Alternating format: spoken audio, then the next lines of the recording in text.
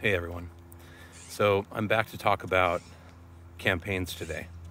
The agency CRM is launching this week, so campaigns are going to be an important part of unlocking those higher tiers, the higher price tiers.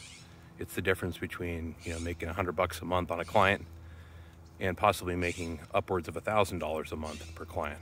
So the sooner you can get great at finding perfect campaigns for people and generating results for them with those campaigns, the higher your income is going to be, and you're going to be that much closer to financial freedom. So let's talk about the approach that I take when I'm speaking with the client, trying to figure out what's the best campaign or group of campaigns, because sometimes there's multiple. And before I do that, I'll tell you a quick story.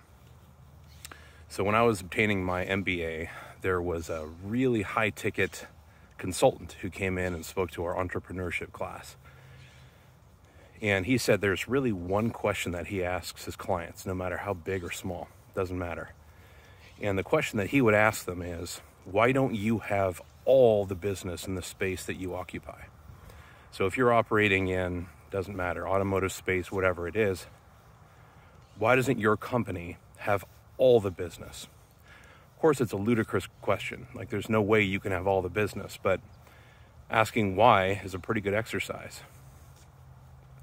When they would tell him why, then he would say, okay, well, why is that? And he would keep drilling down and asking, why is that? Why is that? And eventually you would get to the heart of the matter. So for an automotive business, they might say, well, I don't have enough customers coming in the door. And he would say, well, why is that? And he might say, well, our advertising is terrible. And you would say, well, why is that?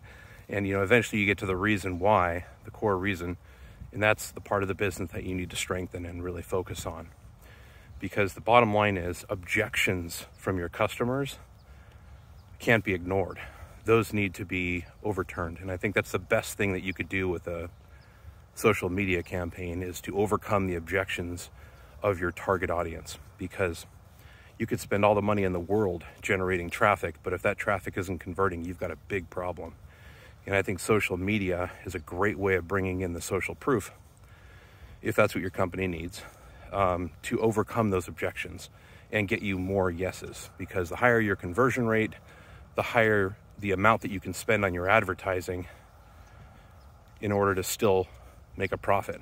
If you're having to spend, $20 to get a lead, and only half of those leads are converting, for example, you're probably not going to convert half of your leads.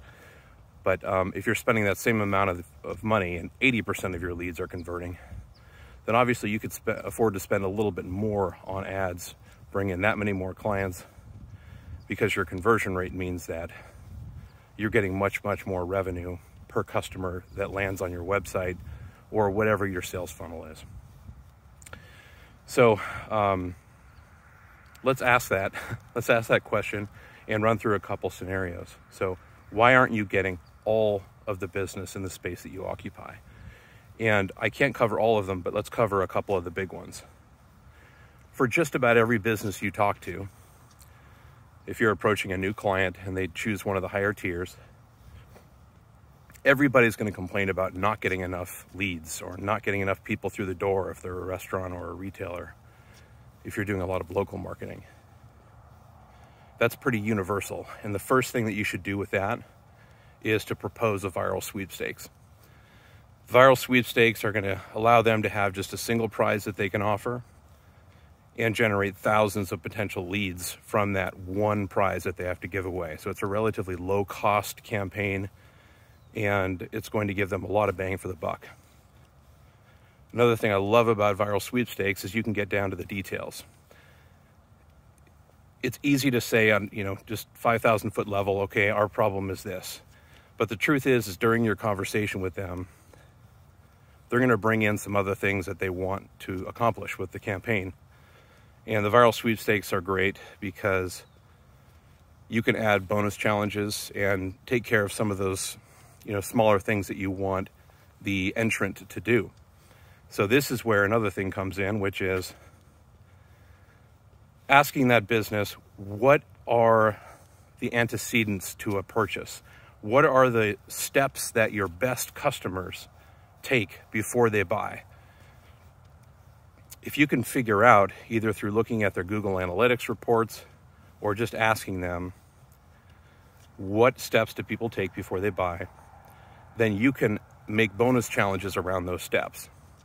So hopefully, let's say that, everybody who signs up for our email campaigns, we write great emails. So if we can get 100 more email signups for our newsletter, we'll probably convert 20 more customers.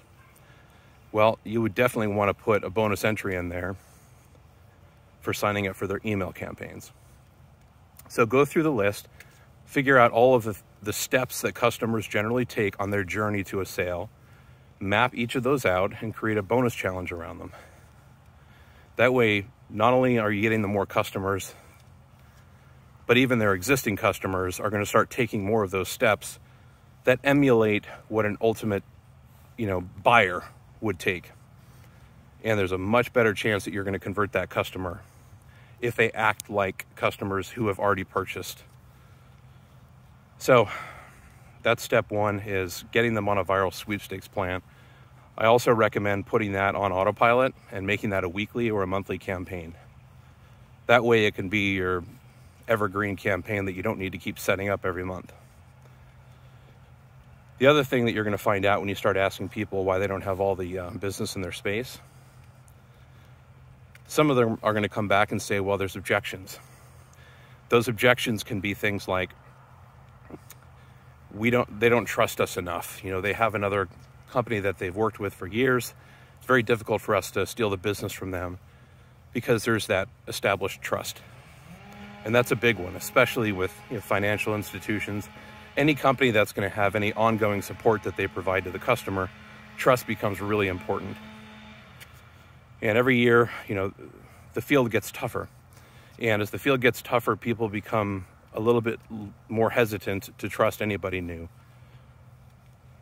So how do we overcome that objection and help people trust? Well, the big one for me is going to be testimonials, and that works for any company. We'll get more specific later about other things you could do for different types of companies.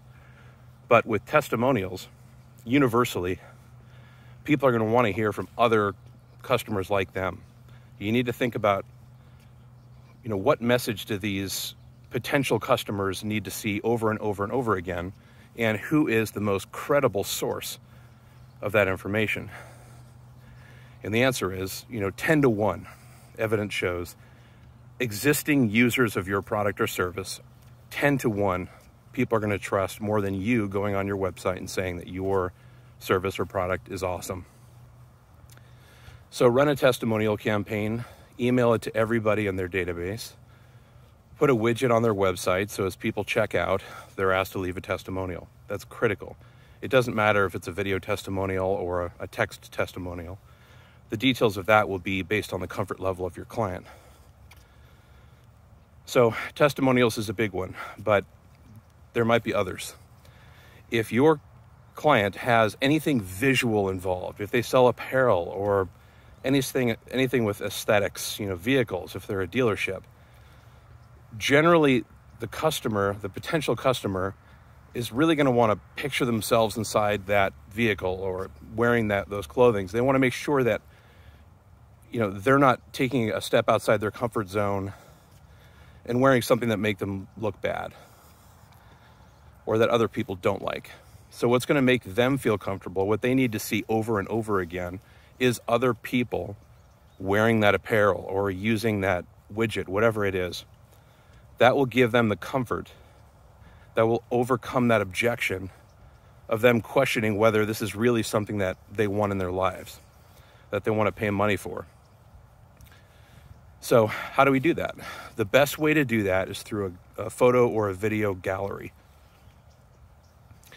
If the gallery is not going to garner enough submissions, then you're probably going to need to do a contest, like a photo or a video contest.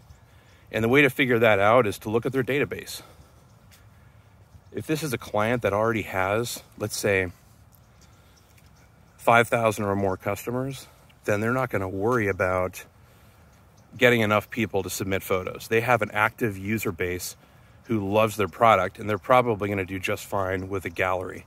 So add a gallery as a tab on their Facebook page, put a widget on their website, even if they have an e-commerce site, make a separate tab within their Shopify, and then embed an iframe where they have a complete gallery where people can submit it. Because an amazing feature of Sociamonials that's not often talked about is our ability to push out whatever they submit to your social feeds and give them attribution. So that way, anybody who's following your client, they're also going to see these other entries that are submitted to the gallery.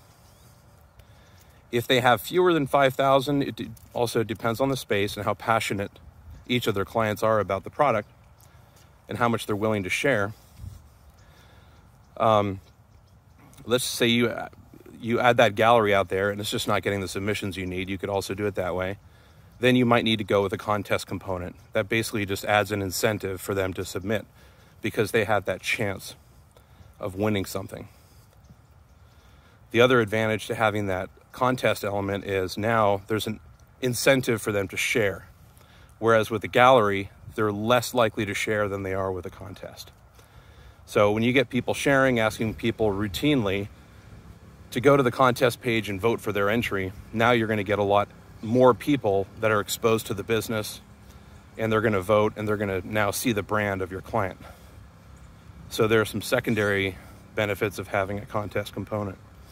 They're also incredibly engaging and just a lot of fun. So it signals to potential buyers that this is a brand that cares about its customers. The customers seem to love them, and they like to have fun. So it gives some personality to your client's brand. Those are the big ones. If they are an e-commerce company, they're probably always looking for a way to get deals in front of their potential customers who might otherwise just abandon the site. I recommend using a coupon campaign in that case. Have it trigger on exit, so if people try to leave their store, it asks them for an email and it immediately will expose a coupon. If you don't feel comfortable with that, or if it's not converting well, just check the box that says, reveal a coupon. And instead of asking for an email address, all it will have is a button, and it just says click to reveal the coupon. And when they click that button, it will reveal a coupon code with the discount that they're going to get. So I hope that helps.